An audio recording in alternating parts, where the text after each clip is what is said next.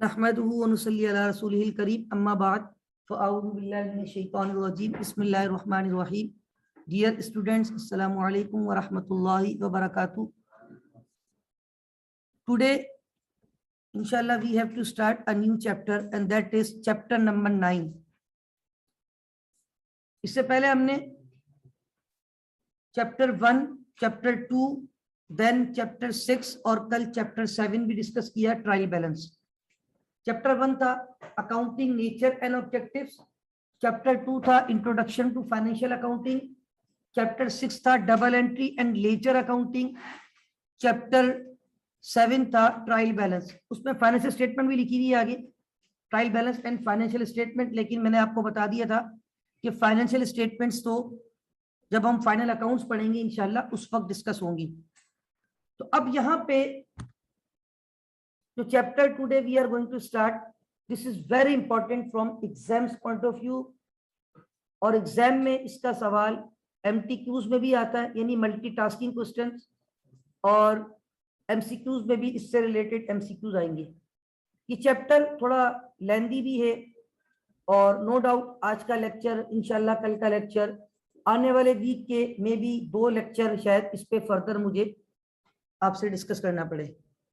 लेंदी topic है, concept इसमें ज्यादा है, इंटरेस्टिंग है। अब आपकी अकाउंटिंग जो है ना, हम अल्हम्दुलिल्लाह ट्रायल बैलेंस के बाद इस पोजीशन पे आ जाते कि हम किसी भी तरफ जा सकते हैं। मतलब मैं चाहता कोई और चैप्टर भी स्टार्ट कर सकता था, लेकिन कंपैरेटिवली ये चैप्टर थोड़ा सा इंटरेस्टिंग भी ज्यादा है। अगर आप इसको सही से पढ़ेंगे, रियल लाइफ चीजें आपको इसमें इंशाल्लाह नजर आएंगी। दूसरी बात, इस चैप्टर में कंपैरेटिवली दूसरे चैप्टर के मुकाबले में थोड़ा सा ये इजी है, और मेरी कोशिश होती है थोड़े आसान आसान चैप्टर पहले कवर करवाऊं, तो ताकि एकदम मुश्किल चैप्टर पे जाऊं तो आपको फिर प्रॉब्लम ना हो, आप यूज टू हो जाएं, स्पेशली नॉन कॉमर्स स्टूडेंट्स।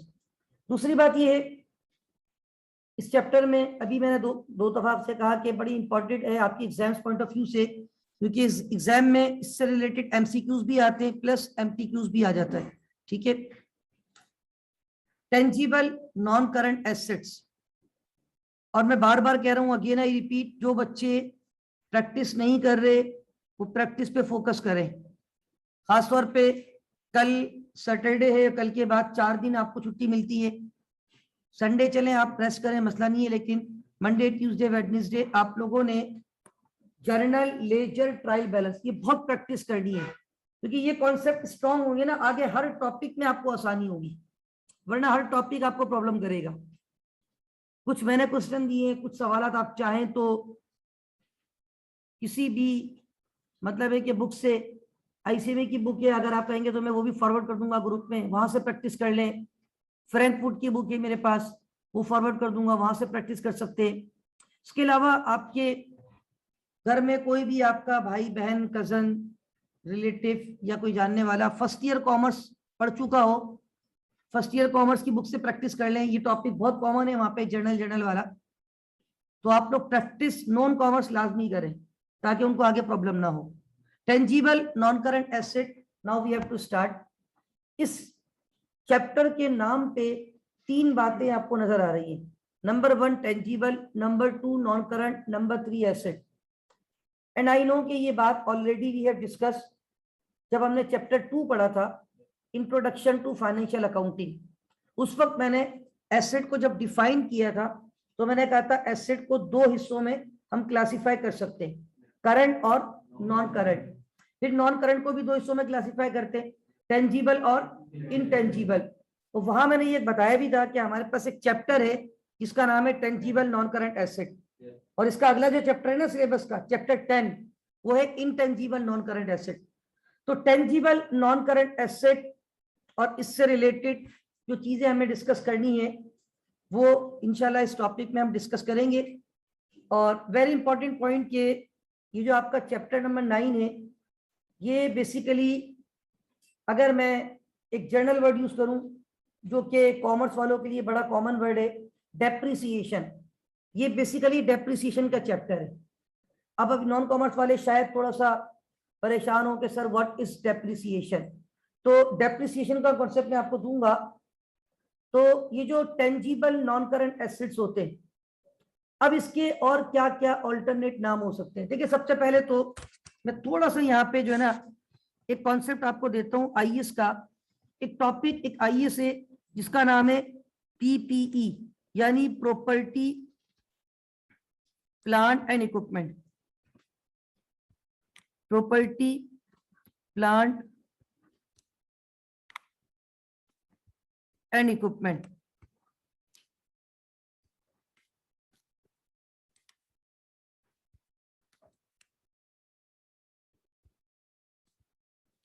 एक वर्ड मैंने यहाँ पे यूज किया PPE, property plant and equipment.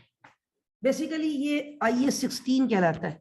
अब ये आईएएस क्या होता है, मैंने आपको थोड़ा सा आइडिया दिया था ना, इंटरनेशनल अकाउंटिंग स्टैंडर्ड्स।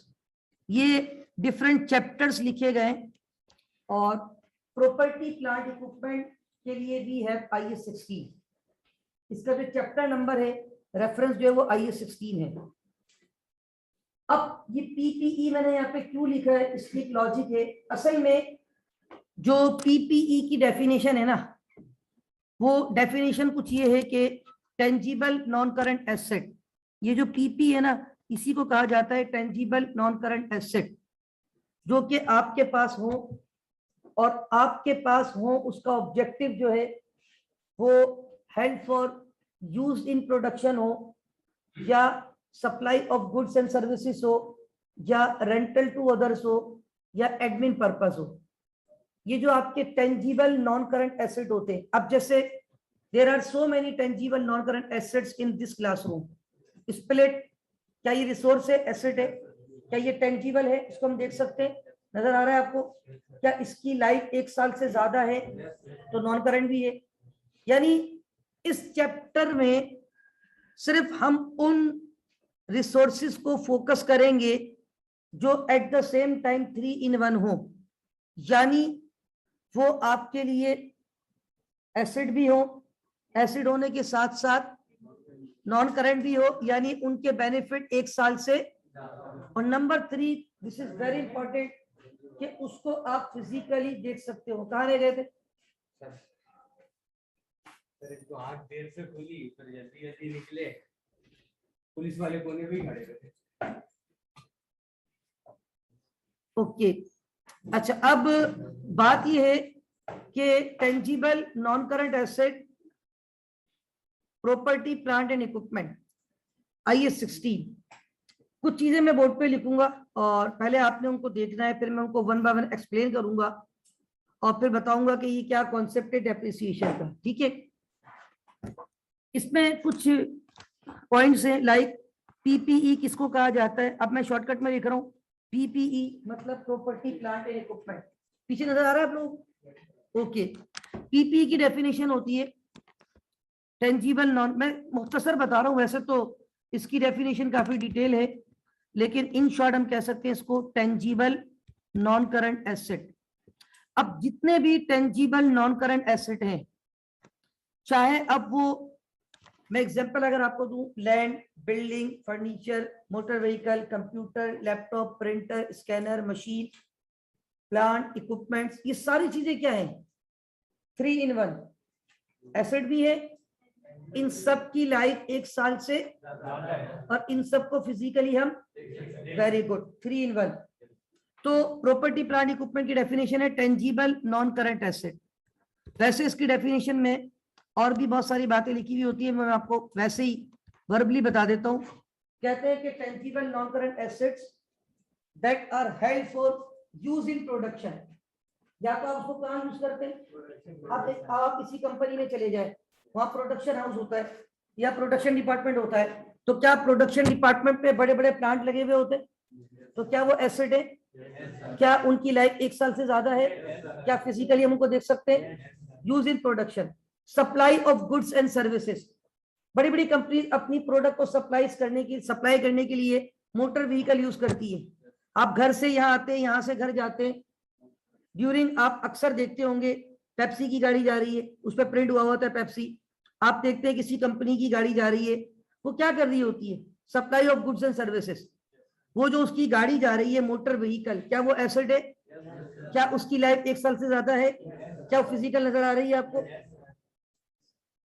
पहला ऑब्जेक्टिव क्या है? Tangible non current asset that are held for use in production.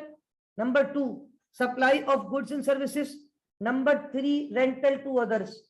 Sometime आप गाड़ियां रेंट पे दे रहे होते, आप जनरेटर रेंट पे दे रहे होते, बहुत सारी इक्विपमेंट्स जो एसेट्स हैं आपके और जिनकी लाइफ 1 साल से ज्यादा है, जो फिजिकली एग्जिस्टेंस रखते हैं, आप उनको रेंट आउट कर देते हैं, तो वो भी आपके one of the reason non current asset, rental to others. और फॉर एडमिन पर्पसेस, अब ये इस क्लासरूम में ये सारे एडमिन पर्पसेस में एसेट यूज किए जा रहे हैं।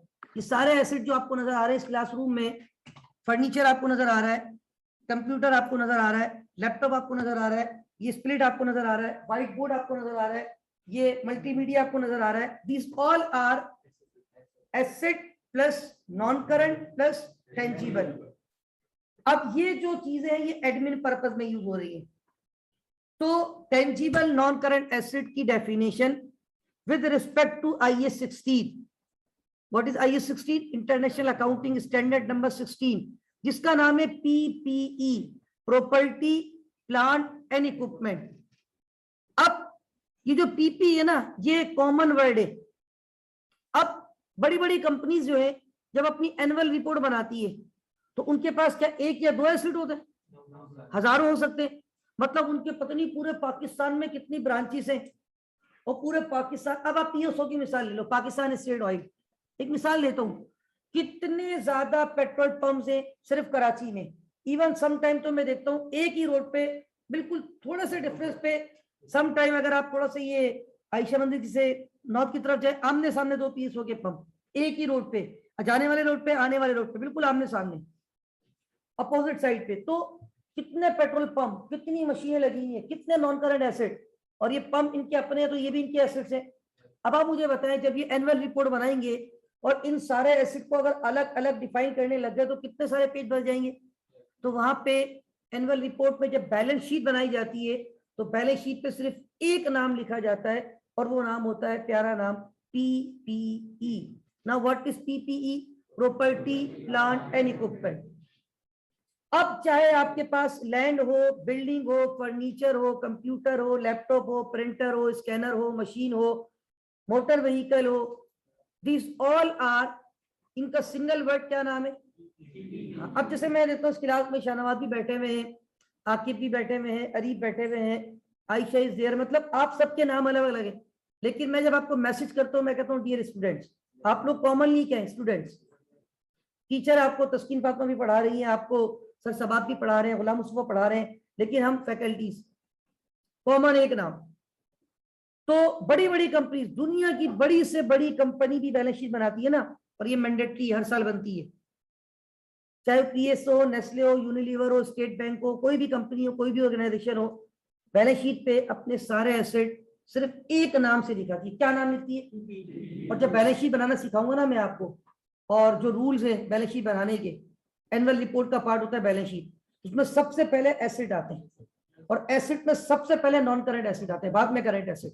वो जो बीकॉम में आप लोग पढ़ के आते हैं ना, या ICOM में, वो गलत आपको पढ़ाया जाता है कि करंट एसेट पहले आते हैं, कैश पहले आता है, ये सब रिवर्स है, कैश सबसे आखिर में आता है। तो सबसे पहले नॉन करंट एसेट आते हैं। किसी भी कंपनी की बैलेंस शीट अभी आप कहेंगे, मैं आपके सामने डाउनलोड करके आपको दिखा सकता हूँ, किसी भी कंपनी की वेबसाइट पे जाओ, उसकी बैलेंस शीट डाउनलोड करके दिखाऊं तो आपको सबसे पहले उसने क्या दिखा होगा? एसेट, और एसेट में नॉन करंट, और उसने नॉन करंट में नाम क्या यूज किया होगा? PPE। अब उसमें जितने भी पूरे पाकिस्तान में उसके ऑफिस के नॉन करंट एसेट है ना, उन सब की फाइनल वैल्यू प्लस करके आंसर दिखा दिया होगा, और उसकी एक कैलकुलेशन उसने आगे शो कर दी होगी कि ये मेरे एसेट्स है, इनकी ये वैल्यूज है, फाइनल वैल्यू जो आपको बैलेंस शीट पे नजर आ रही है। तो land, building, property, plant, equipment, machine, इस टॉपिक में हमसे यही डिस्कस करेंगे। तो क्या कहा जाता है उसको? PPE। Is that clear? Okay. अच्छा, अब उसमें कुछ फर्दर कॉन्सेप्ट्स हैं जो मैं यहाँ पे लिख रहा हूँ वन बाय वन। और सबसे पहले cost, which is very important. अब ये कुछ चीजें मैं सब लिखने के बाद फिर आपको एक्सप्लेन करूंगा कॉस्ट क्या होती है।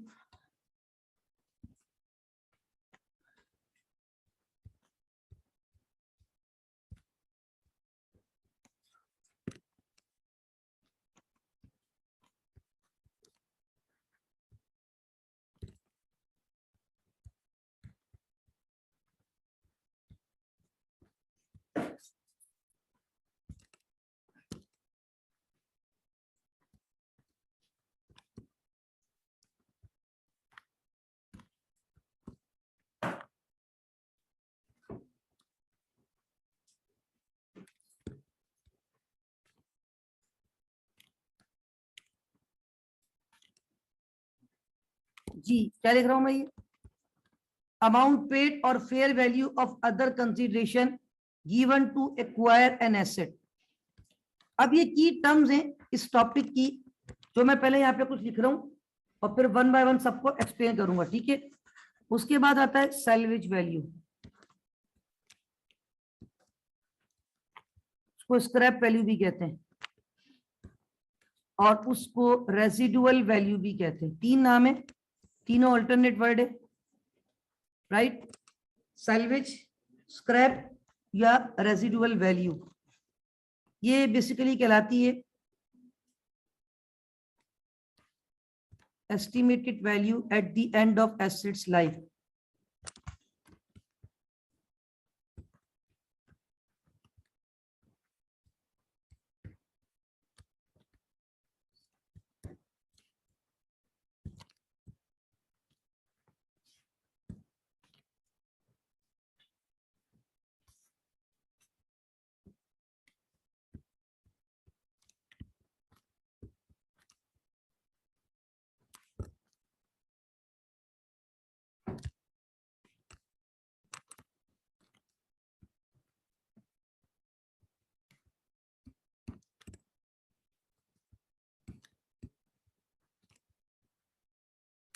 Next is estimated useful life।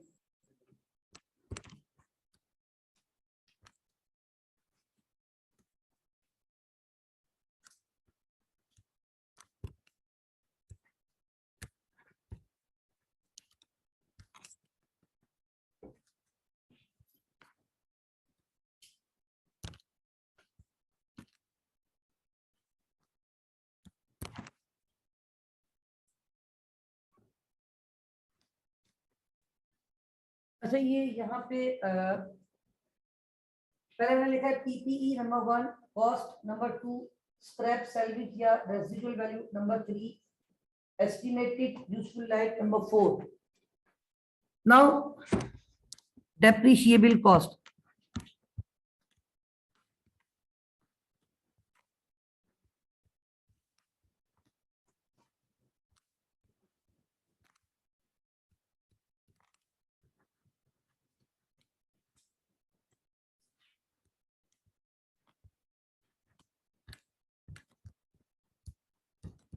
Cost less scrap value, salvage value या residual value।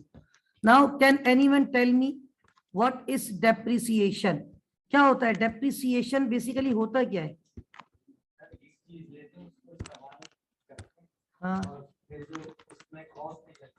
अच्छा अच्छा अच्छा भाई, ये कहते हैं कि सर एक चीज खरीदते हैं उसको इस्तेमाल करते हैं और उसमें जो कॉस्ट निकलती है, खर्चा होता है, वो डेप्रिसिएशन है। ये नहीं है असल में। देखिए डेप्रिसिएशन, इसकी एक अपनी डेफिनेशन है और उसको इंशाल्लाह हम डिस्कस करते हैं अभी।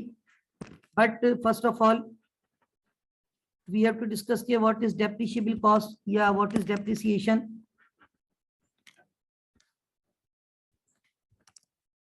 जी एनी अदर? जी अच्छा अच्छा, इन्होंने कहा कि decrease in the value of fixed asset. असल में ये डिफरेंट चीजें हम कहते हैं, ठीक है, ऑलमोस्ट कॉन्सेप्ट यही होता है, लेकिन इसकी जो एक्चुअल डेफिनेशन है ना, असल में अभी मैं आपको इंशाल्लाह एक्सप्लेन करता हूँ। पहले मैं डेफिनेशन लिख दूं। कहते हैं systematic allocation of depreciable cost of an asset over its expected useful life. यानी सिस्टमैटिक एलोकेशन, अभी क्या है सिस्टमैटिक एलोकेशन? क्या है ये आपने कहा कि decrease in the value of non current asset, systematic allocation of depreciable amount या depreciable cost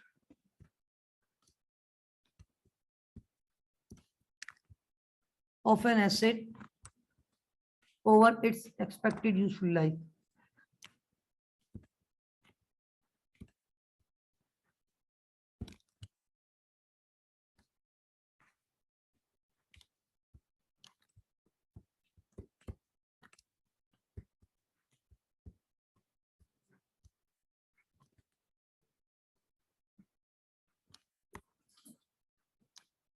Then finally we have book value,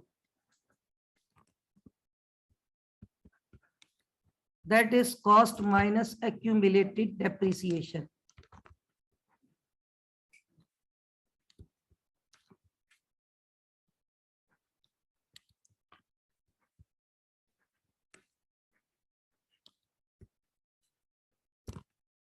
अच्छा, ये पॉइंट्स जो मैं यहाँ पे लिख रहा हूँ अभी, नो डाउट, क्योंकि आप लोगों ने अभी डेप्रिसिएशन का कॉन्सेप्ट नहीं पढ़ा, आप लोगों को चीजें नहीं पता, तो डेफिनेटली ये चीजें भी आपको अनलेस एंड अनटिल मैं डिस्कस नहीं कर दूं आपको क्लियर नहीं होगी। तो मैं आप सबसे कह रहा हूँ फिलहाल फॉर द टाइम बी काइंडली स्टॉप राइटिंग कर दें, और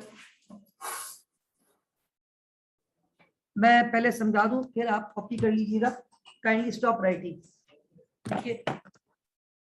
अच्छा, अब देखिए यहाँ पे मैंने अराउंड ये 7, अब आप कहेंगे डेफिनेशन या की कॉन्सेप्ट यहाँ पे बोर्ड पे लिखे। Number 1 PPE, number 2 cost, number 3 salvage scrap या residual value, number 4 estimated useful जिंदगी, number 5 depreciable cost, number 6 depreciation and number 7 book value. असल में अब हमने ये देखना है कि अगर एक नॉन करंट एसेट हमने खरीदना है तो हाउ टू कैलकुलेट कॉस्ट, उसकी कॉस्ट कैसे निकाली जाएगी। फर्स्ट ऑफ ऑल देखिए, सबसे पहले तो property plant equipment. Now what is property plant equipment. अब मैं यहाँ पे जो ना एक छोटी सी डायग्राम बनाऊंगा और मैं कोशिश करूंगा उस डायग्राम के थ्रू आपको ये सारे के सारे कॉन्सेप्ट जो है ना वो एक्सप्लेन करूं। यानी अगर ये 7 कॉन्सेप्ट हैं, property plant equipment, cost, salvage value, estimated useful life, depreciable cost, depreciation and book value, तो उस छोटी सी डायग्राम में ये 7 के 7 कॉन्सेप्ट आपको नजर आए। अब फॉर एग्जांपल सबसे पहला वर्ड यहाँ पे क्या लिखा हुआ है, पीपीई। अब मैं एज्यूम करता हूं कि फॉर एग्जांपल आपने एक एसेट खरीदा और ये आपका एसेट है जिसका नाम है PPE, property plant and equipment, ठीक है। ये सपोज करें कि एक मशीन है, एक इक्विपमेंट है और ये इसका लेआउट है और ये इसके जो है वो स्विच यहाँ पे मौजूद है,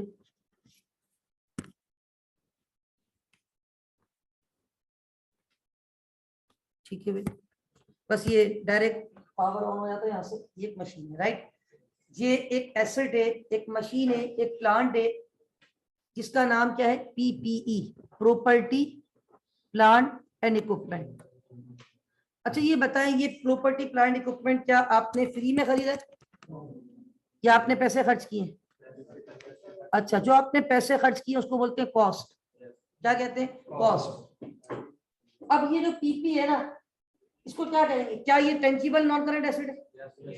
भाई ये मशीन है ना, मैंने क्या कहा, ये पीपी बेसिकली आपकी क्या है, मशीन। ये इसका स्विच है, डायरेक्ट यहाँ बटन दबाते ही ऑन हो जाती है और ये यूनिट बनाती है, प्रोडक्शन प्लांट है आपका, ठीक है।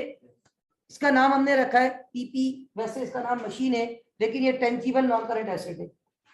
अच्छा, अब कॉस्ट के बारे में लिखा हुआ है अमाउंट पेड और fair value of other consideration given to acquire an asset. Amount paid से मुराद, अब इसमें बहुत सारी चीजें हैं। अब कैसे, फॉर एग्जांपल आपने ये मशीन जो है ना इंपोर्ट की है, ठीक है, दुबई से, तो अब मैं इसकी कॉस्ट कैलकुलेट करने जा रहा हूं। How to calculate cost. ये पॉइंट नंबर 1 तो यहाँ पे आ गया पीपी। पॉइंट नंबर 2 क्या था, कॉस्ट। कॉस्ट के लिए सपोज करें इसकी जो प्राइस थी, परचेज प्राइस, वो इसकी हमारे पास आ रही थी, सपोज कर लेते हैं कि एक काम करती है, स्पेस थोड़ा कम है, कि डायग्राम नेक्स्ट पेज पे बना दूं मैं, ताकि वहाँ ये आप लोगों को सब चीजें नजर भी आएंगी और वहां समझाने में मुझे आसानी हो जाएगी। नेक्स्ट पेज पे चलते हैं, ठीक है। अब यहाँ पे हम देखें, एक टाइमलाइन भी सामने रखूंगा, सारी चीजें आपको वन बाय वन। देखिए ये मैंने एक टाइमलाइन, ठीक है, ये टाइमलाइन से मुराद इस एसेट की एक लाइफ है, ठीक है। आज आपने एसेट खरीदा, आज Jan 1, 2016, एक मिसाल देता हूं, आपने कहा ये एसेट की लाइफ एस्टिमेटेड है 5 साल। कितनी इसकी एस्टिमेटेड लाइफ है? 5 साल। 2016, 2017, 2018, 2019 और लास्ट ईयर 2020। ये मैंने एक टाइमलाइन बना दी 5 साल की, ठीक है। और ये जो हमारे पास 5 ईयर है, 5 साल, 2016, 2017, 2018, 2019, 2020, ये आपका साल का पहला दिन। Happy new year Jan 1। ये Jan 1 कौन से ईयर का है? 2016। सपोज करें ABC company purchase a non current asset, purchase a machine, purchase a plant at a cost of rupees, suppose कर लेते हैं 2 मिलियन, 20 लाख रुपए। अब ये तो इसकी परचेज प्राइस है। पहले मैं चले यहाँ पे एक समझाने के लिए, please silent, all of you are requested to please be silent, ठीक है। ये एक मशीन आपकी, सपोज यहाँ पे मैंने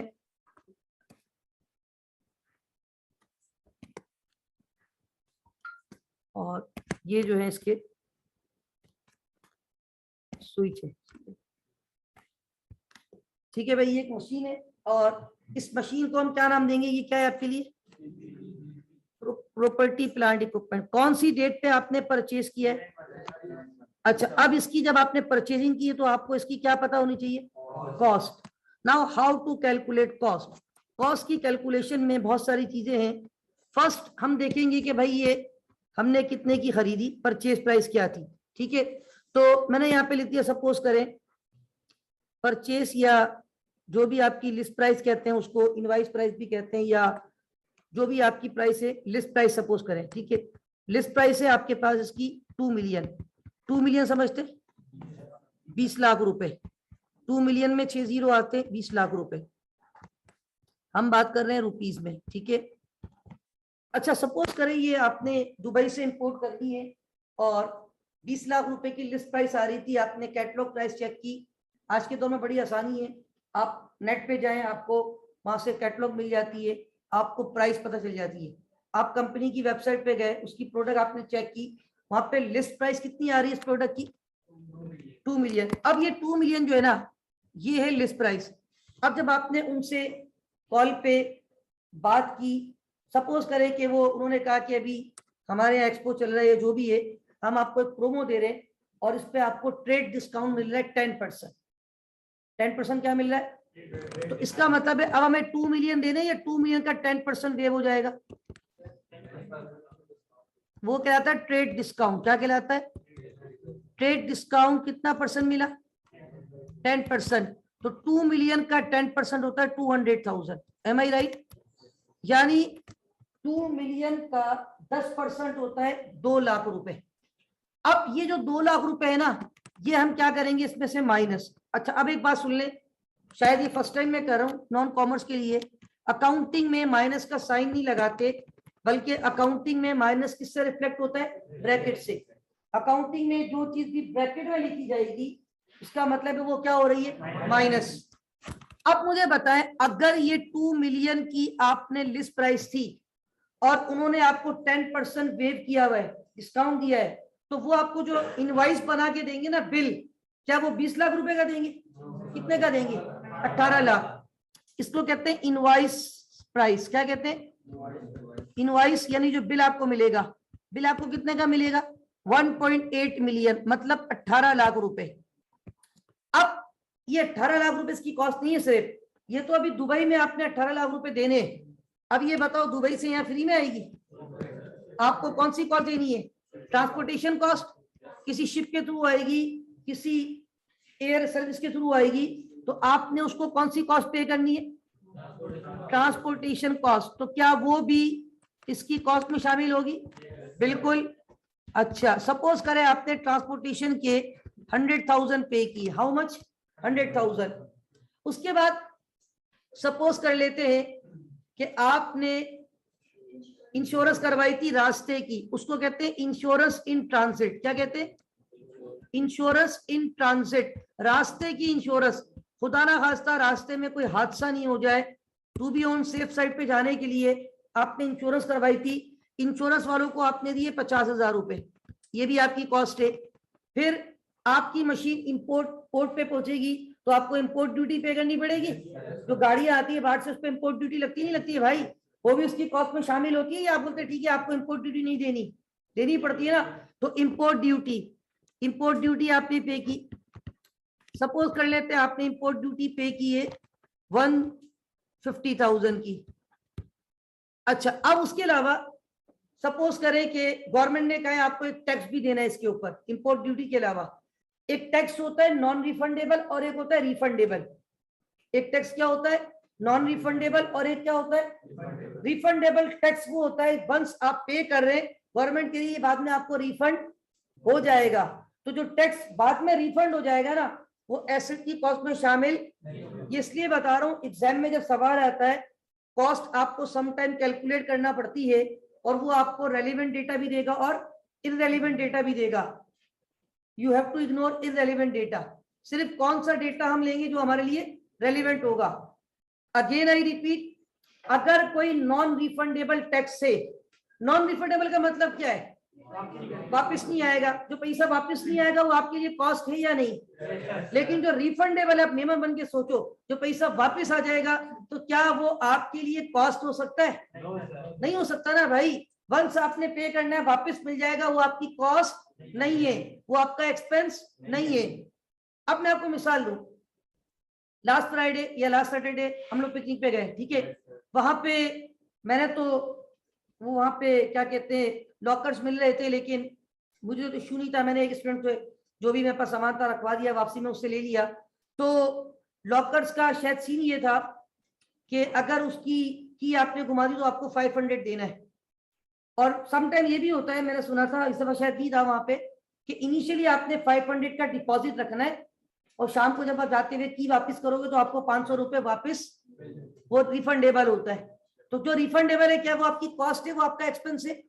लेकिन अगर नॉन रिफंडेबल है तो फिर वो आपका, अगर आपने की घुमा दी, ऐसा हुआ भी था 2-3 स्टूडेंट, एक ने तो मुझे कंफर्म बताया कि सर वो चाबी मुझसे खो गई, उन्होंने मुझसे 500 रुपए लिए।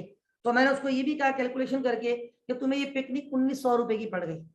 हकीकत में टू बी वेरी ऑनेस्ट कह रहा हूँ, मैंने जुमला कहा था उसको, 1400 ICMA को दिए, 500 रुपए वहां दिए, मुझे चाबी घुमाई उसने, तो कितने की बिक्री? अब इसका मतलब उसकी कॉस्ट बढ़ गई।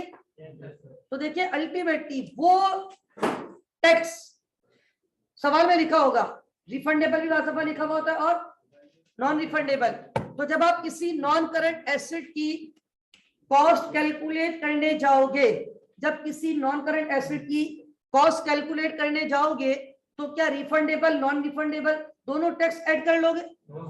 सिर्फ कौन सा टैक्स लोगे? हाँ, जो रिफंडेबल अगर सवाल में होगा उसको क्या कर दोगे? इग्नोर।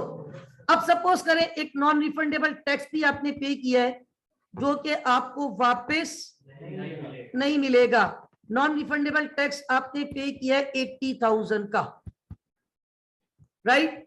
अच्छा, अब इसके अलावा जब आपकी मशीन यहाँ पहुंची, सब कुछ हो गया, वहां से आपने 20 लाख की मशीन थी, 2 लाख का डिस्काउंट मिला, वहां आपने कितने पैसे दिए? 18 लाख।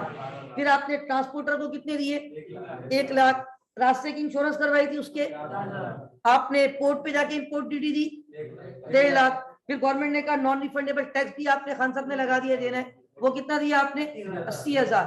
अब सपोज करें ये मशीन बाहर से आई है और इसमें कुछ मसला है, इसको यहाँ इंस्टॉलेशन करवानी है, तो क्या इंस्टॉलेशन चार्जेस भी आपने पे करने पड़ेंगे? बाहर मोबाइल आते हैं ना, बाहर से वो लॉक होते हैं, उसको अनलॉक करवाना पड़ता है, उसके भी पैसे जाते हैं, वो PTA का भी चक्कर होता है, ठीक है ना। तो इंस्टॉलेशन चार्जेस, सपोज करें आपने 70,000 के इंस्टॉलेशन चार्जेस पे किए, तो ये 70,000 भी आपकी कॉस्ट में शामिल हो जाएंगे। इसके अलावा और भी कॉस्ट हो सकती है, मैं एक चीज और लिख रहा हूं यहाँ पे, साइट प्रिपरेशन कॉस्ट। अब ये साइट प्रिपरेशन कॉस्ट क्या है?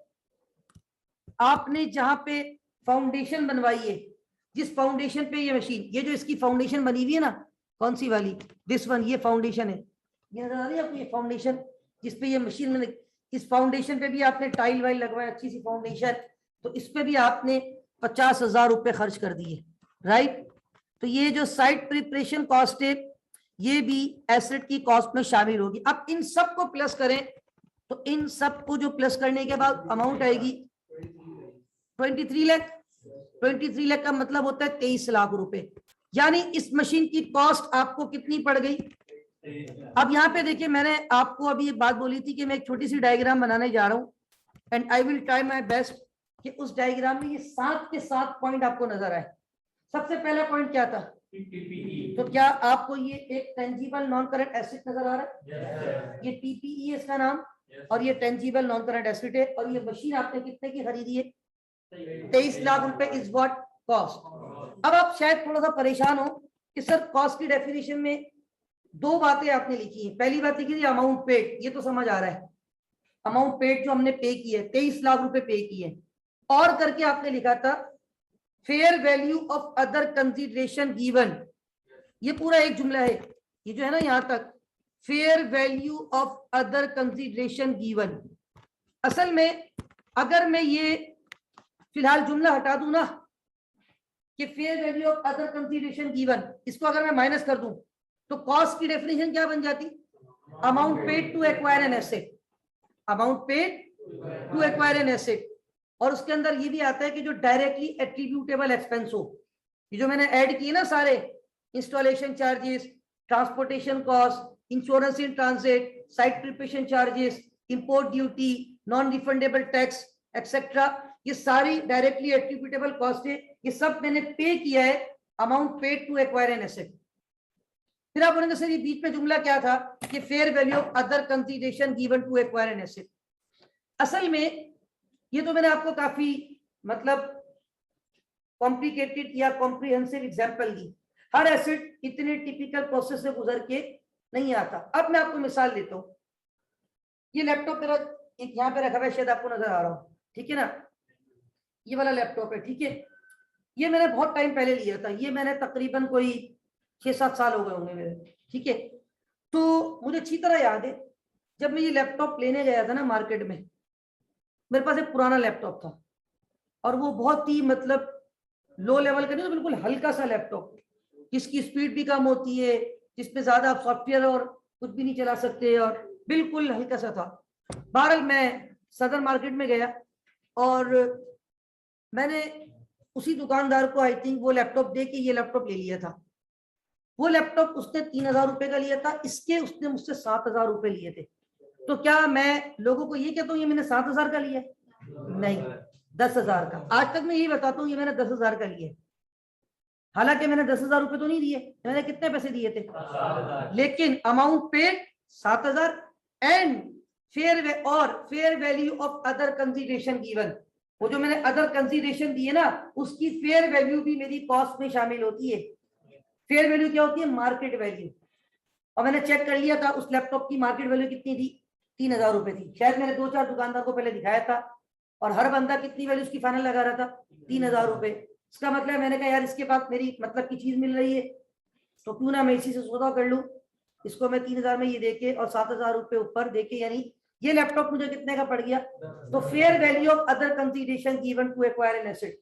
भाई अक्सर आप लोग करते हैं, आप लोग मोबाइल मार्केट जाते हैं, आपके पास पुराना मोबाइल है, आपने वहां जाके कहा कि ठीक है ये बेचना है, उसने कहा ठीक है नया कौन सा खरीदना है, आपने बोला फलाना मोबाइल चाहिए, उसने कहा आपका मोबाइल 5,000 का बिकेगा, मतलब मैं 5,000 का खरीदूंगा और जो आपको खरीदना है वो मोबाइल है 30,000 का, तो क्या आप उसको 30,000 रुपए देकर आओगे?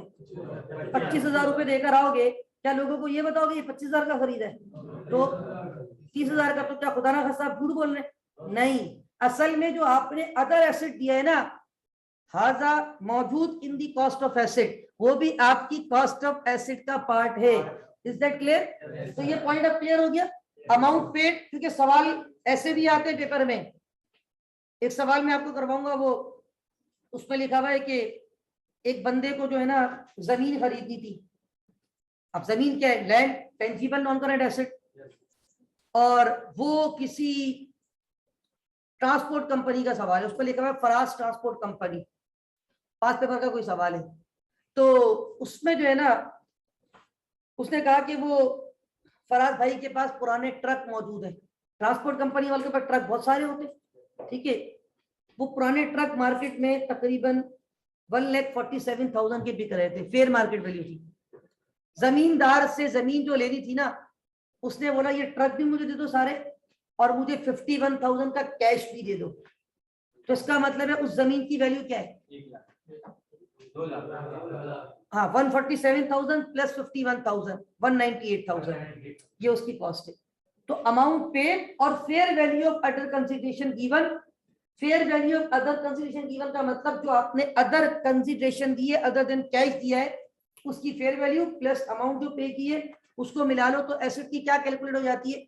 लेकिन हर केस ऐसा नहीं होता, मैंने फिर कहा है case to case situation to situation चीजें क्या करती वेरी करती। अब ये लैपटॉप मैंने लिया था, ये मैंने अभी रिसेंटली लिया कुछ टाइम पहले, लेकिन ये लैपटॉप जब खरीदा तो मैंने उसी मार्केट से लिया जहां से ये लिया था, लेकिन इस लैपटॉप को मैंने डायरेक्टली ऑन कैश परचेज किया।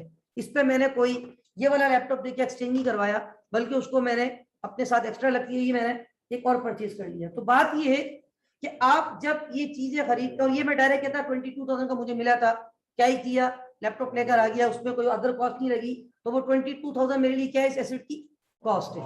Is that clear. अब तीसरा जो पॉइंट है वो है सैल्वेज, स्क्रैप या रेसिडुअल वैल्यू। तीन वर्ड है, इन तीनों का मतलब सेम है। इसको सैल्वेज वैल्यू भी कहते हैं, रेसिडुअल वैल्यू भी कहते हैं, स्क्रैप वैल्यू भी कहते हैं। अब आप मुझे एक बात बताएं, मैं एज्यूम कर रहा हूं कि ये एसेट कितने साल चलेगा मेरे पास, मतलब मैं ये एज्यूम, ये मैंने कब खरीदा 2016 में ना, जब मैं 2016 के जैन 1 पे मौजूद हूं। Happy new year Jain 1 2016। अब मुझे एस्टिमेट करना है। एक बात याद रखना, अकाउंटिंग में बहुत सारी चीजें एस्टिमेशन पे होती है, एक्चुअल नहीं होती। दुनिया में बहुत सारी चीजें एस्टिमेशन पे चल रही है। अब जैसे आज माह रबीउल अव्वल की पहली तारीख है, कल चांद नजर आ गया। चांद जब नजर आने का चांस होता है, कल 29 सफर थी, तो महकमा मासूमियात वाले अपनी प्रिडिक्शन कर रहे होते, एस्टिमेशन दे रहे होते कि चांद नजर आ जाएगा नहीं नजर आएगा। अभी लास्ट टाइम जब ईद उल फितर का चांद, बहुत लेट नाइट अनाउंसमेंट हुई, ज्यादातर शायद जो प्रिडिक्शन थी, एस्टिमेशन तो यही था कि चांद नजर, और हम थोड़ा सा कंपेयर भी कर रहे होते हैं कि सऊदी अरब में आज चांद नजर नहीं आया था, तो आज हमारा मतलब कल वहां पे चांद नजर नहीं आया था, तो आज हमारे यहाँ भी चांद नजर नहीं आएगा, क्योंकि हम नॉर्मली देखा यही है कि ज्यादातर एक दिन का फर्क चल रहा होता है। इनफैक्ट मैं कल की आपको मिसाल दूं, कल मैं आपकी क्लास लेट की थी, मैंने बीच में मेरे पास गैप था, मैं क्लास में भी आया था, अनाउंसमेंट की थी कि मैं 12:30 बजे क्लास लूंगा, तो मैं नीचे बैठा हुआ था, स्टाफ के साथ वैसे ही डिस्कशन हो रहा था, क्योंकि अब स्टाफ नीचे शिफ्ट हो गया है, पता होगा आपको। तो मैं वही डिस्कशन हो रहा था कि यार आज 29 सफर है, तो पता नहीं चांद होगा या नहीं होगा। तो मैंने कहा एक मिनट में जरा चेक करता हूँ। मैंने वो यूट्यूब पे जाके मक्का चैनल लगाया, लाइव आ रहा होता है, मदीना चैनल लगाया, तो वहां डेट आ रही थी 1 रबीउल अव्वल कल। इसका मतलब है वहां कल पहली हो गई थी। तो मैंने कहा यार अब मुझे लग रहा है कि हमारे यहाँ भी आज चांद, अब वो एस्टिमेशन है ना, लेकिन बात 2 दिन का फर्क भी चला है, ऐसा भी होता है। लेकिन एस्टिमेशन, इंसान बहुत सारी चीजों को क्या कर रहा होता है, एस्टिमेट कर रहा होता है। तो भाई अल्लाह ताला ने इंसान को इल्म अता किया है, तो इंसान अल्लाह ताला के इल्म जो अल्लाह ताला ने अता किया है उसको सामने रखते हुए फ्यूचर की बहुत सारी चीजें क्या कर रहा होता है, एस्टिमेट। आप लोग पेपर देके आते ना, तो आप लोग एस्टिमेट कर रहे होते मेरा पेपर ऐसा हुआ, मेरे इतने नंबर आ जाएंगे, सोचते ना आप लोग अपने रिजल्ट को पहले से एस्टिमेट करते हो। ठीक है, आईसीएमए के तो भी आपने अटेम्प्ट दी नहीं है, थोड़ी सी अटेम्प्ट देंगे तो आपको इंशाल्लाह यहाँ का भी अंदाजा हो जाएगा। तो पेपर के बाद आपको एस्टिमेशन होता है कि आपका रिजल्ट क्या आने वाला है। तो अब मैंने एस्टिमेट किया है कि यार ये एसेट कितने साल चल सकता है, यानी हम ये सोच रहे हैं, तो हम 2016 में बैठे हुए और हम ये सोच रहे हैं 2020 यानी 2020 में दुनिया चेंज हो जाएगी, तो ये मशीन जो है 5 साल तक हम रखेंगे, उसके बाद टेक्नोलॉजी चेंज हो जाएगी तो आपको नई मशीन खरीदनी पड़ेगी। लेकिन ये बताओ क्या 5 साल के बाद भी ये एसेट मार्केट में बिकेगा या नहीं बिकेगा। देखिए कचरा भी बिकता है, याद रखिए। अभी मैंने कहा ना, मेरे पास वो लैपटॉप था जो बिल्कुल ही लो वैल्यू का था और बिल्कुल भी मतलब बस गुजारे लायक था, बस ऐसे ही था, मैंने वैसे उसको रखा हुआ था, वो भी कितने का बिक गया था मार्केट में, 3,000 का। Something is better than nothing. तो ये जो एसेट है इधर देखिएगा, आफ्टर 5 ईयर, 5 साल के बाद ये एसेट दोबारा मैंने यहाँ पे बना दिया जिसका नाम है पीपीई। तो क्या 5 साल के बाद कुछ ना कुछ वैल्यू आपको ये देके जाएगा या नहीं देके जाएगा। लेकिन एक बात ये है कि आफ्टर 5 ईयर उसकी जो कंडीशन है वो शायद थोड़ी सी, देखिए ऐसे ही इसके बटन वटन हल्के हो जाएंगे, ये थोड़ा सा जो है वो यहाँ पे ये देखेंगे, ये थोड़ा सा मैंने इसको, ये देखिए 5 साल के बाद, वो 5 साल कितना फ्रेश है, और 5 साल के बाद उसकी कंडीशन आप देखिए थोड़ी सी, और बटन वटन देखिए, बटन मोबाइल के बिल्कुल हमारे ऐसे हो जाते हैं बाज़ दफा।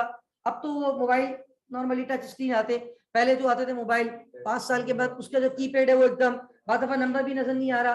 तो देखिए आफ्टर 5 ईयर, अब जैसे मेरा ये पुराना लैपटॉप है, ये जगह जगह से डैमेज हो चुका है, कुछ इसकी एक आध कीज है वो शायद काम भी नहीं करती कीबोर्ड की। तो बात ये कि there is wear and tear, 5 साल आप इसको यूज कर रहे हैं, वेयर एंड टेयर है, बहुत सारे मामला थे। सपोज करें कि ये इसकी 5 साल के बाद ये कंडीशन हो गई है, ठीक है, अब ज्यादा खराब हो गई है, चले अब सही है, नाउ मच बेटर। लेकिन कचरा भी बिकता है मार्केट में, something is better than nothing. अब मैं एज्यूम कर रहा हूं कि यार चले 5 साल के बाद कुछ नहीं, ये मुझे 3 लाख रुपए तो देके जाएगा। भाई 23 लाख रुपए की मशीन है यार, 23 लाख रुपए, 5 साल यूज भी तो किया है ना, ठीक है, 23 लाख रुपए की मशीन थी, 5 साल यूज किया है, तो आपने कहा कि यार ये 3 लाख रुपए आपको एटलीस्ट देके जाएगा, ठीक है ना। देखिए something is better than nothing, बिल्कुल हकीकत है। अब जैसे मेरा छोटा सा मोबाइल फोन है, ये दिसंबर में या नवंबर में 2 साल हो जाएंगे मुझे, मैंने लिया था 13,000 या 12,000 कुछ का शायद, अभी भी मार्केट जाऊंगा आई नो कि 3 से 4,000 रुपए मिल जाएंगे। Something is better than nothing. तो बात ये है, इनफैक्ट मैंने चेक भी करवाया था अभी कुछ टाइम पहले, वो शायद 5 या 6,000 रुपए दे रहा था, अब मैंने और कम कर दिए, फर्दर थोड़ा सा यूज कर लिया। तो बात ये है, ये जो 3,000 रुपए है ना, ये कहलाती है इसकी स्क्रैप वैल्यू। कौन सी वैल्यू? स्क्रैप किसको बोलते हैं? कबाड़िए को। स्क्रैप किसको बोलते हैं? कबाड़िए को। इसका दूसरा नाम है रेसिडुअल वैल्यू, बची हुई वैल्यू। याद है कैपिटल की डेफिनेशन में पढ़ाया था, रेसिडुअल इंटरेस्ट, बचा हुआ हिस्सा। रेसिडुअल का मतलब रिमेनिंग, तो रेसिडुअल वैल्यू। और इसका तीसरा नाम होता है कौन सी वैल्यू? Salvage value. मतलब ये इसकी 3 लाख रुपए एस्टिमेटेड है, एक्चुअल नहीं है, एस्टिमेटेड है। हम ये एस्टिमेट कर रहे हैं यार 23 लाख रुपए का एसेट किया है, 5 साल इसको डेफिनेटली प्रोडक्शन करेंगे, बहुत यूज होगा, दिन रात मशीन चलेगी, और 5 साल के बाद टेक्नोलॉजी भी चेंज हो जाएगी। भाई एक नया मोबाइल आता है ना, और उसके बाद जब अपडेटेड वर्जन आता है तो उसकी ब्रांड न्यू मोबाइल की कॉस्ट भी नीचे आ जाती है, और हम तो इस्तेमाल करके बोल रहे हैं। तो मेरे भाई बात ये 5 साल के बाद, 5 साल के बाद इसकी सैल्वेज वैल्यू हम एस्टिमेट कर रहे हैं कितनी होगी। अब आप यहाँ पे देखें अगेन, पहला पॉइंट था पीपीई, तो क्या आपको पीपी बिफोर आफ्टर नजर आ रहा है? दूसरा पॉइंट था कॉस्ट, क्या कॉस्ट की कैलकुलेशन क्लियर है? तीसरा पॉइंट क्या था? सैल्वेज, स्क्रैप या residual value. Is that clear? अब जरा इधर आ जाए, point number 4, estimated useful life. वो तो मैंने आपको खुद ही बता दी कितनी है। ये यहाँ पे हमने जो इसकी ये है हाजा एस्टिमेटेड यूजफुल जिंदगी, यूजफुल लाइफ, हम कितना एस्टिमेट कर रहे हैं कि ये कितने टाइम तक यूजफुल रहेगी मशीन हमारे साथ? 5 साल। 1 2 3 4 5 16 17 18 19 20, राइट? युवा दुआ दरे सिलोर पिंजो, 5 साल की लाइफ है। 5 साल तक ये एसेट आपके साथ इंशाअल्लाह कल भी जिंदा है, आज भी जिंदा रहेगा, ठीक है। अच्छा बात ये है, ये जो एस्टिमेटेड यूजफुल लाइफ है ये भी सवाल में दी जाती है, ठीक है ना। तो आपको पता होना चाहिए कि what is the concept of estimated. देखें हम एक्चुअल नहीं बोलते, हम क्या बोलते हैं? एस्टिमेटेड। सैल्वेज वैल्यू भी क्या बोलते हैं? एस्टिमेटेड। उसके बाद ये 5वां जो वर्ड है डेप्रिशिएबल कॉस्ट। असल में पहले आपको ये पता होना चाहिए कि व्हाट इज डेप्रिसिएशन। देखिए with the passage of time, जैसे जैसे हम एसेट को यूज करते हैं उसकी वैल्यू क्या होती है? कम होती है।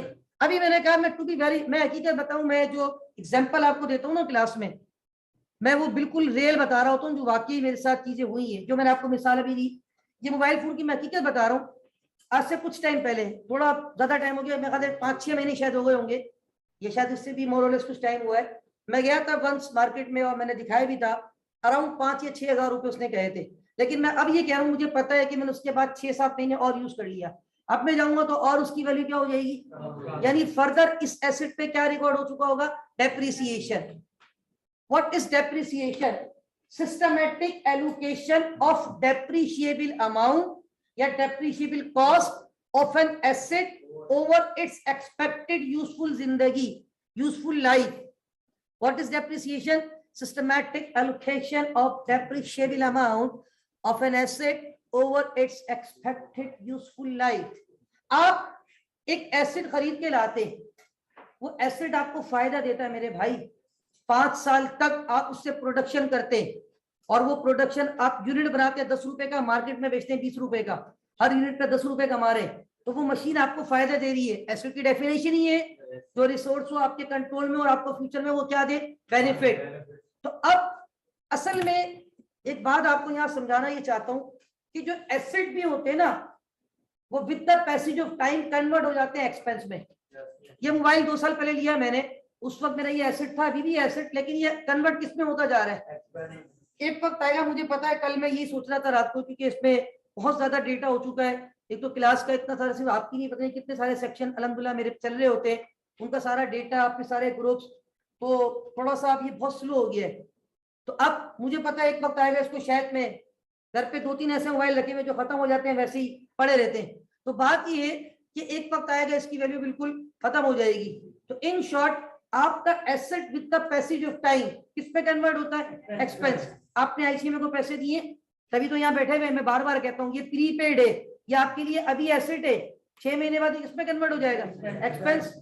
आपके मोबाइल पे इजी लोड करवाते हो, प्रीपेड एसेट, उसकी भी एक एक्सपायरी डेट होती है, कॉल करो ना करो उस दिन के बाद वो क्या हो जाएगा, एक्सपेंस। आपके घर पे फर्नीचर होता है, एक पर्टिकुलर टाइम पीरियड के बाद वो खत्म हो जाता है, नया फर्नीचर लेकर आते हो, किस में कन्वर्ट कर देते हो, एक्सपेंस पे। अब ये लैपटॉप था, ये ऑलमोस्ट बस चल रहा है स्क्रैप वैल्यू पे, लेकिन ये ऑलमोस्ट खत्म हो चुका है। लेकिन बात ये है कि asset with the passage of time आपका कन्वर्ट हो जाता है इनटू एक्सपेंस। एक मिनट होल्ड कीजिएगा आप लोग।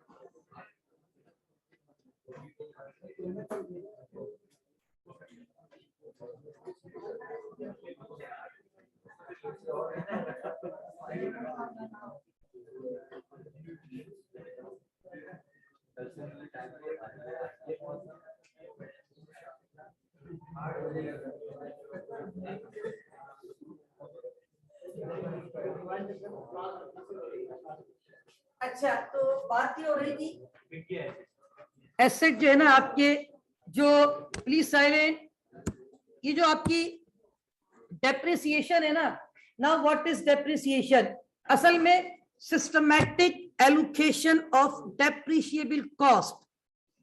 आप एक एसिड खरीद के लाते हो, वो एसिड आपका इनिशियली एसिड है, लेकिन with the passage of time वो किस में कन्वर्ट हो रहा होता है, एक्सपेंस में। और उस एक्सपेंस को अगर वो टेंजिबल नॉन करंट एसिड है तो अकाउंटिंग की शरीयत डेप्रिसिएशन एक्सपेंस का नाम देती है।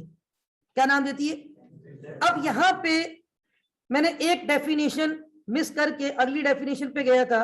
कौन सी डेफिनेशन मिस की थी फिलहाल, depreciable cost. Now what is depreciable cost, cost less salvage value. देखिए आप अगेन थोड़ा सा ना मेमन बना करें, ये देखिए आज आप सोच रहे कि आपकी कॉस्ट कितनी लगी है, इधर देखिए प्लीज, ये आपने एसिड कितने का खरीदा है, हाँ, अब एस्टिमेशन कि कितने साल इसको चलाना है, और ये भी एस्टिमेटेड है कि something is better than nothing, 5 साल के बाद कितना पैसा वापस जेब में आ जाएगा। तो इसका मतलब है एक्चुअल खर्चा क्या 23 लाख रुपए हुआ। मेमन भाई कितना खर्चा हुआ, 20 लाख ना भाई, 3 लाख तो सर वापसी आ जाएंगे ना, जो पैसा वापस आएगा सर वो थोड़ी एक्सपेंस है, 3 लाख का तो बिक जाएगा इंशाल्लाह। तो एक्चुअल एक्सपेंस कितने का होगा, 23 लाख या 20 लाख, 20 लाख। डेप्रिशिएबल कॉस्ट वो कॉस्ट जो किसके तौर पे रिकॉर्ड की जाएगी, डेप्रिसिएशन के तौर पे। Now what is depreciation, by nature this is your expense. अब यहां पे डेप्रिसिएशन का जो कॉन्सेप्ट है, अगेन आई रिपीट, सबसे पहले देखिए व्हाट इज डेप्रिशिएबल कॉस्ट। मैं यहाँ पे कैलकुलेट भी करके देता हूं कि मैं अगर बात करूं कि डेप्रिशिएबल कॉस्ट मेरी एग्जांपल के अंदर, क्योंकि मैं बार बार कोशिश कर रहा हूं कि ये सारी चीजें आपको वन बाय वन क्लियर हो जाए। सबसे पहले हमने कहा कि पीपी क्या है, ये आपके सामने दोनों कंडीशन बिफोर और आफ्टर। उसके बाद कॉस्ट पूरी कैलकुलेशन सिखा दी। उसके बाद सैल्वेज वैल्यू, वो वैल्यू जो उसकी end of useful life estimate हम कर रहे हैं। एस्टिमेटेड यूजफुल लाइफ इस कंडीशन में कितनी है? एस्टिमेटेड यूजफुल लाइफ कितनी है? 5 साल। अच्छा, मैंने वहां पे एक बात लिखी थी, नंबर ऑफ ईयर भी हो सकती है, नंबर ऑफ, बाद सवाल में आएगा कि ये मशीन 50,000 यूनिट बना सकती है बस, तो उसकी लाइफ इन ईयर्स नहीं होगी, लाइफ इन, अब वो आप 1 साल में बना लो या 10 साल में बनाओ, ठीक है। आवर्स भी होते हैं, वो सब एक्टिविटी बेस्ड कहलाते हैं, ठीक है। अच्छा, उसके बाद अगला जो पॉइंट था वो था आपके पास एस्टिमेटेड लाइफ बता दी। Depreciable cost, cost less scrap value, क्या फार्मूला है? Cost less. अब मुझे बताएं आपकी कॉस्ट कितनी है? कॉस्ट 23 लाख। हम एस्टिमेट कर रहे हैं कितने का बिक जाएगा 5 साल के बाद? तो ये 3 लाख रुपए जेब में वापस आ जाएंगे। तो एक्चुअल खर्चा कितना हुआ? यानी एक्चुअल कॉस्ट हो गई 20 lakh. This is DC. What is DC? Depreciable cost. अब ये 20 लाख रुपए का खर्चा क्या 1 साल में खर्चा दिखा दूं सारा? ये एसिड का फायदा 1 साल है या 5 साल है? तो इस खर्चे को कितने साल पे डिवाइड करूंगा? और हर साल इसको डेप्रिसिएशन रिकॉर्ड करूंगा। Come to the definition of depreciation, systematic allocation of depreciable amount of an asset over its expected useful जिंदगी, यूजफुल लाइफ। अच्छा, अब यहां देखें, मैं आपको आसानी के लिए इसके नंबरिंग कर रहा हूं। ये मेरे 7 में से पॉइंट नंबर 1 था। क्या था point number 1? PP. Point number 2 क्या था? पॉइंट नंबर 3 क्या था? ये रहा सैल्वेज वैल्यू। पॉइंट नंबर 4 क्या था? पॉइंट नंबर 5 क्या लिखा था? Now point number 6 depreciation. अब इधर देखिएगा, पॉइंट नंबर 6 डेप्रिसिएशन। और अभी मैंने 2-3 दफा कहा है, मैं शॉर्टकट में लिख रहा हूं, स्पेस थोड़ा कम है यहाँ पे। ये लिखा है डेप एक्स, यानी डेप्रिसिएशन एक्सपेंस। डेप्रिसिएशन की नेचर क्या है? एक्सपेंस। अब एक सवाल ये आएगा कि sir how to calculate depreciation. तो there are different ways to calculate depreciation. 4-5 तरीके आप लोगों को 5 पढ़ाए जाते हैं। यहां मैं 4-5 डिस्कस करूंगा तरीके जो पेपर में आते भी है। सबसे पहला तरीका होता है स्ट्रेट लाइन मेथड, सिराते मुस्तकीम मेथड। सबसे पहला मेथड होता है स्ट्रेट लाइन मेथड। एक होता है डिमिनिशिंग बैलेंस मेथड। 1 बाय 1 सारे पढ़ाऊंगा, आज एक पढ़ाऊंगा, कल दूसरा। तो ये हम सारे मेथड सवाल में आपको बता देंगे कि कौन से मेथड से आपने डेप्रिसिएशन को कैलकुलेट करना है। उसका एक फार्मूला होता है। तो हम एज्यूम कर रहे हैं कि ये कंपनी यूज करती है सिराते मुस्तकीम मेथड, यानी जिसको हम कहते हैं straight line method. Depreciation expense को कैलकुलेट करने के लिए we have different methods. One of them कौन सा मेथड होता है? Straight line method. Now how to calculate depreciation expense by using straight line method? The question is that how to calculate depreciation expense by using straight line method. The way is very simple. Depreciation expense is equal to cost minus salvage value divided by useful life. Cost minus salvage value divided by useful life या divided by estimated useful life. Space कम है, बस मैं shortcut लिख रहा हूं। This is the way to calculate depreciation expense under which method? या this is the way to calculate depreciation expense under सिराते मुस्तकीम मेथड। और ये वाला मेथड बहुत ज्यादा कॉमनली एग्जामिनर आपसे एग्जामिन करता है। इसको मैंने एक बॉक्स में पैक कर दिया। तो ये एक फार्मूला है, ये किस चीज को कैलकुलेट करने का फार्मूला है?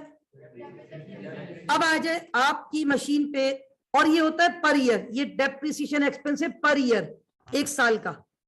पर एनम भी कहते हैं, पर ईयर भी कहते हैं, 1 साल का।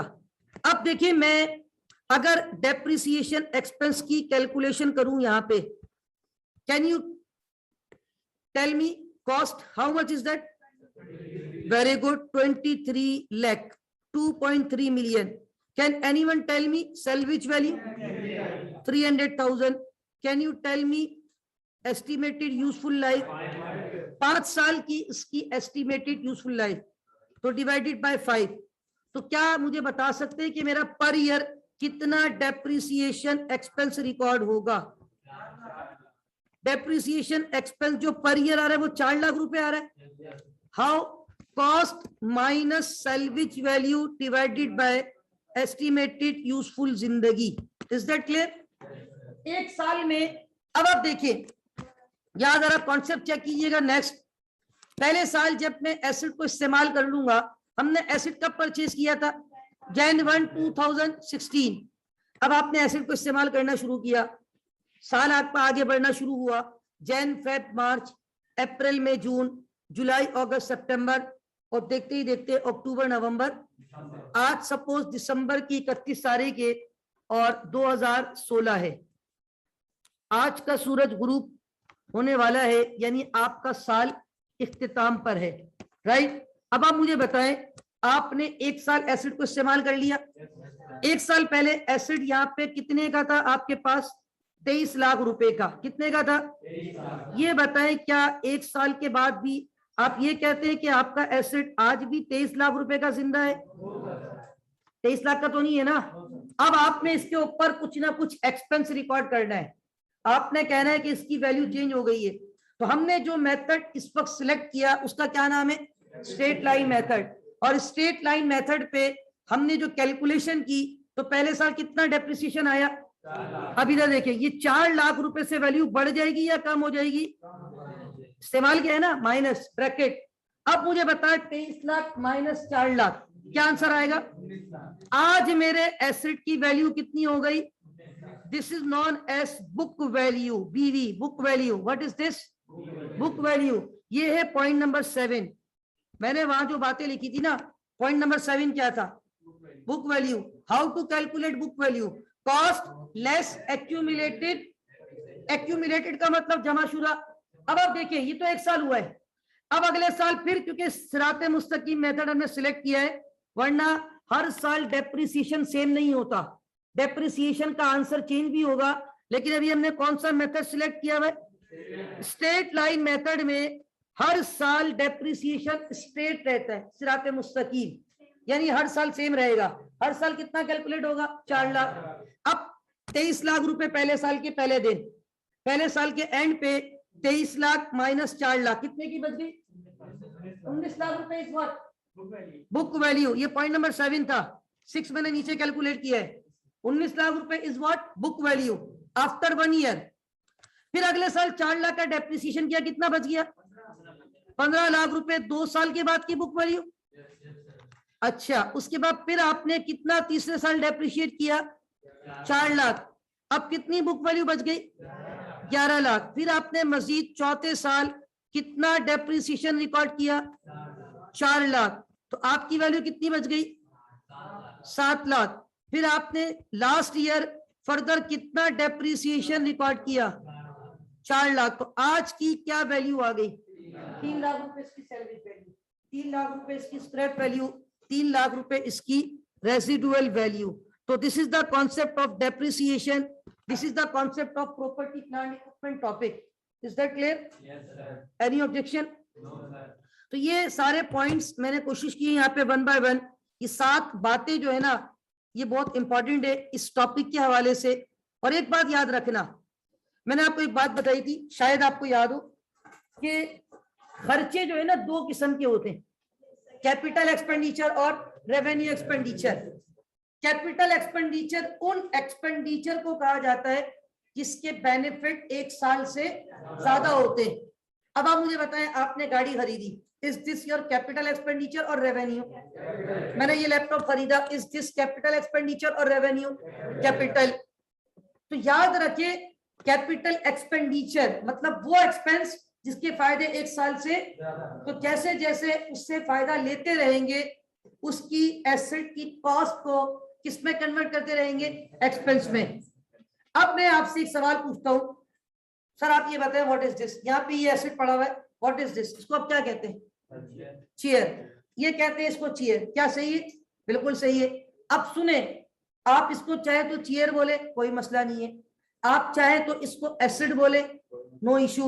आप चाहे तो इसको नॉन करंट एसिड बोले, नो इशू। आप चाहें तो इसको टेंजिबल नॉन करंट एसेट बोले, नो इशू। आप चाहें तो इसको फर्नीचर बोले, नो इशू। आप चाहें तो इसको कैपिटल एक्सपेंडिचर बोले, this is your capital expenditure. और आखिरी और सबसे प्यारा नाम, इसका नाम है PPE, क्योंकि पी से प्यार, पी से प्यारा पाकिस्तान, पी से PPE, तो इसका प्यारा नाम क्या है? Property plant equipment. यानी यहाँ जितने भी टेंजिबल नॉन करंट एसेट है उनका एक ही नाम है, और क्या नाम है? PPE, property plant and equipment. Is that clear? Any question? Non commerce कोई सवाल किसी का? डेप्रिसिएशन का कॉन्सेप्ट समझ आया? How to calculate depreciation, what is the concept of depreciation, what is depreciable amount, how to calculate book value, how to calculate cost, what is the concept of scrap value? Is that clear? Yes, sir. Any question? हाँ, land वो वाहिद fix asset है जो depreciate नहीं होती, rather than वो appreciate होती है, उसकी वैल्यू वो सिखाऊंगा इंशाल्लाह, वो भी देखेंगे। अदर देन लैंड भी एक बात और सुन ले, बिल्डिंग के ऊपर डेप्रिसिएशन रिकॉर्ड होता है, बिल्डिंग में वेयर एंड टेयर होती है, बिल्डिंग में रिनोवेशन भी करवाते हैं कुछ टाइम के बाद।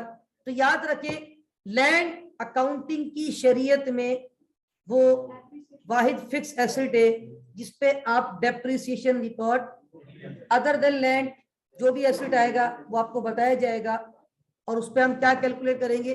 डेप्रिसिएशन।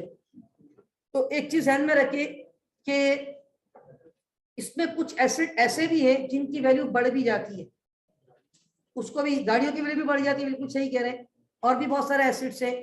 तो इंशाल्लाह वो भी हमारे सिलेबस में आधा मौजूद, उसको भी इंशाल्लाह हम डिस्कस करेंगे। तो भाई चलें आगे चलें।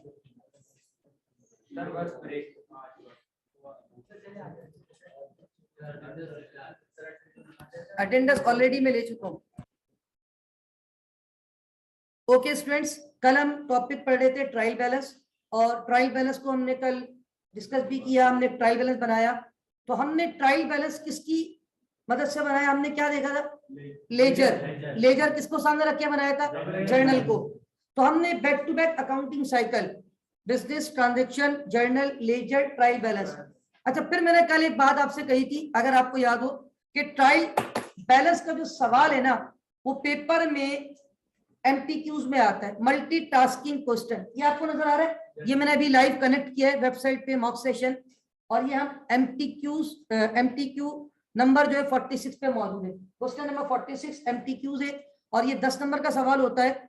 अब इसमें आपको ट्रायल बैलेंस बनाना है। Following balances have been acquired by the accountant of Murad traders for the financial year ended June 2017। अब ये आपको सारे हेड्स दिए हुए, इधर देखिएगा, पेपर में यही सॉफ्टवेयर होगा, ये सारे हेड्स मौजूद है। अब आपकी रिक्वायरमेंट क्या है, जरा पढ़े।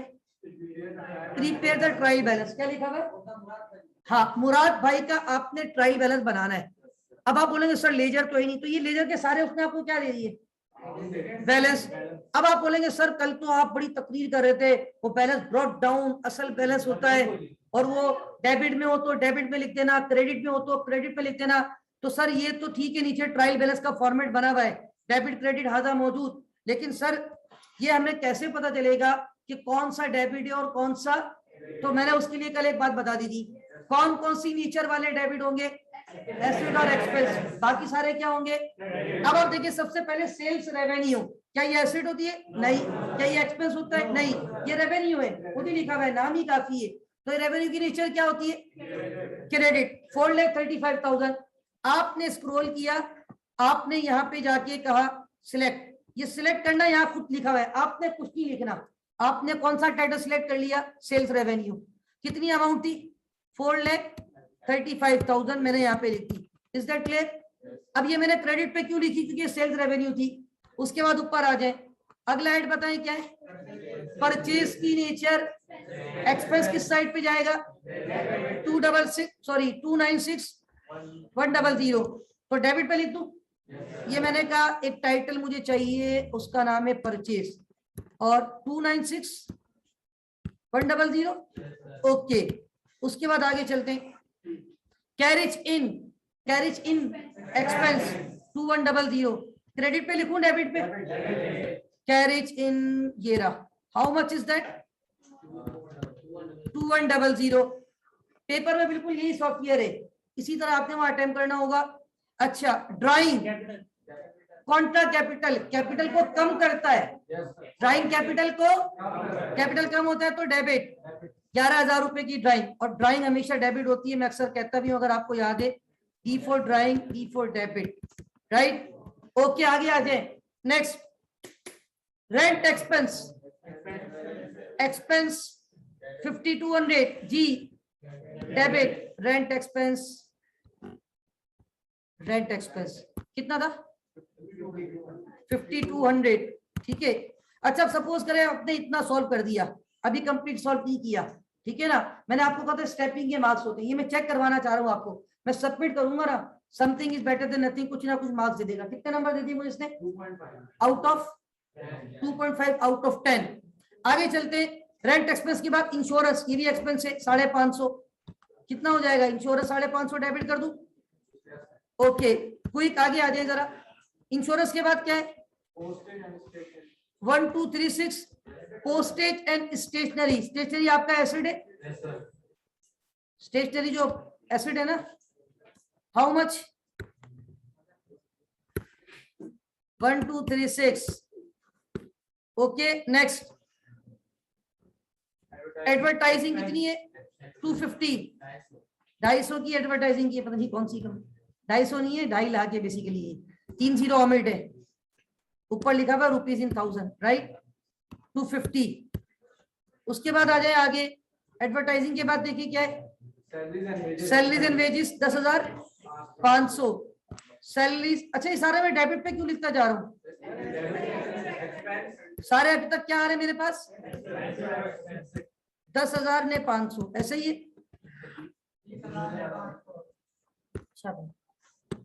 Is that clear. Okay, next, next है हमारे पास बैड डेट एक्सपेंस 400, नाम ही काफी एक्सपेंस है, आजा bad debt expense 400। Next, allowance for doubtful debt 400। अच्छा, ये अलाउंस फॉर डाउटफुल डेट का मतलब होता है, डेट कहते हैं कर्जा, किसको बोलते हैं, अब आपने जिसको कर्जा दिया ना वो डाउटफुल हो गया, the number you have dialed is not responding at the moment, please try later, आपके मिलाए हुए सारे पे अपना number, something is going to be wrong, आपको लग रहा है ये पैसा आपका, अब ये पैसा डाउटफुल हो गया, तो एसिड बढ़ रहा है या एसिड कम हो रहा है, वेरी गुड, एसिड कम होगा तो अलाउंस फॉर डाउटफुल डेट, जो कर्जा दिया हुआ था ना वो मशकूक हो गया है, डाउटफुल हो गया है, ठीक है, फातिहा पढ़ ले, इसको क्रेडिट कर दे। अकाउंट रिसीवेबल 5.44, हाजा एसेट, अकाउंट रिसीवेबल एसेट है ना भाई, कुल्लू मालूम। ओके, ऊपर आ जाए please, accounts payable 3600, accounts payable पता है ना, अकाउंट्स पेबल कितना था,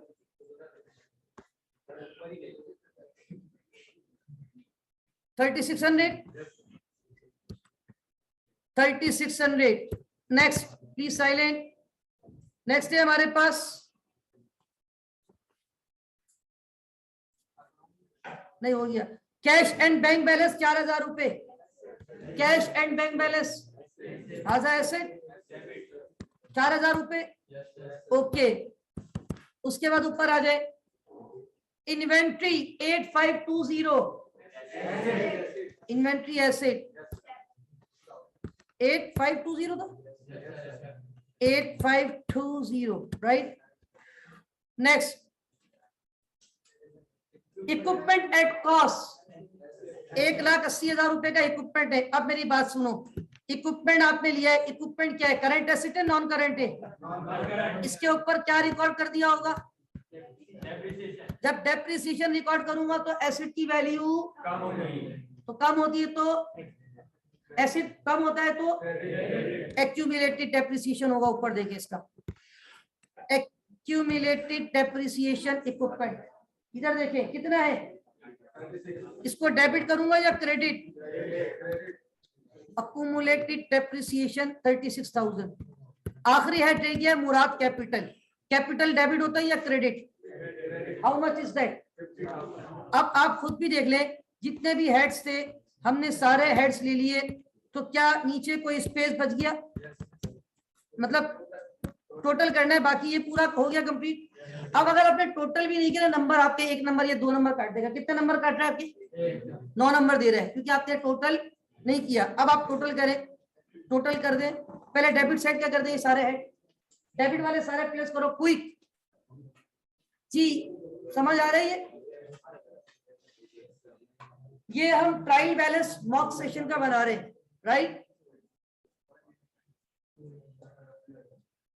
1-2 क्लास के बाद डेप्रिसिएशन भी कराऊंगा मॉक सेशन पे इंशाल्लाह।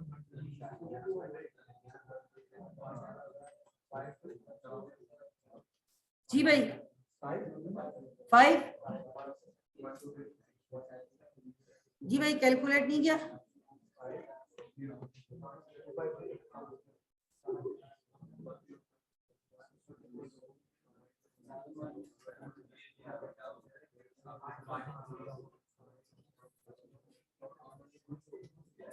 जी भाई how much is that?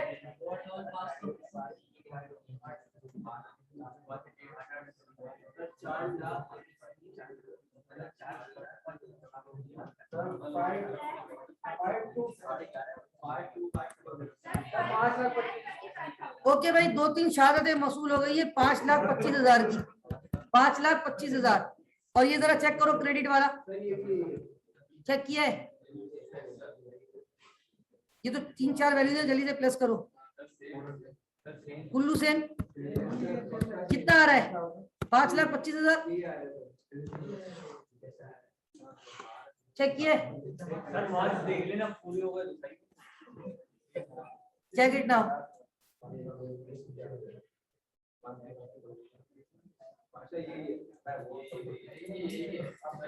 Check करें, कर लिया Bilal? How much? 5,25,000 Shahnawaz. Okay lock कर दूं? 10 आउट ऑफ 10। तो देखिए बात ये है कि ये जो पेपर में भी ट्रायल बैलेंस आ जाता है, बड़ा आसान सवाल होता है। नहीं पेपर में नंबर नहीं बताएगा उसमें, ठीक है भाई। Okay student, with this that's all for today. Allah हाफिज व नासिर, पाकिस्तान जिंदाबाद।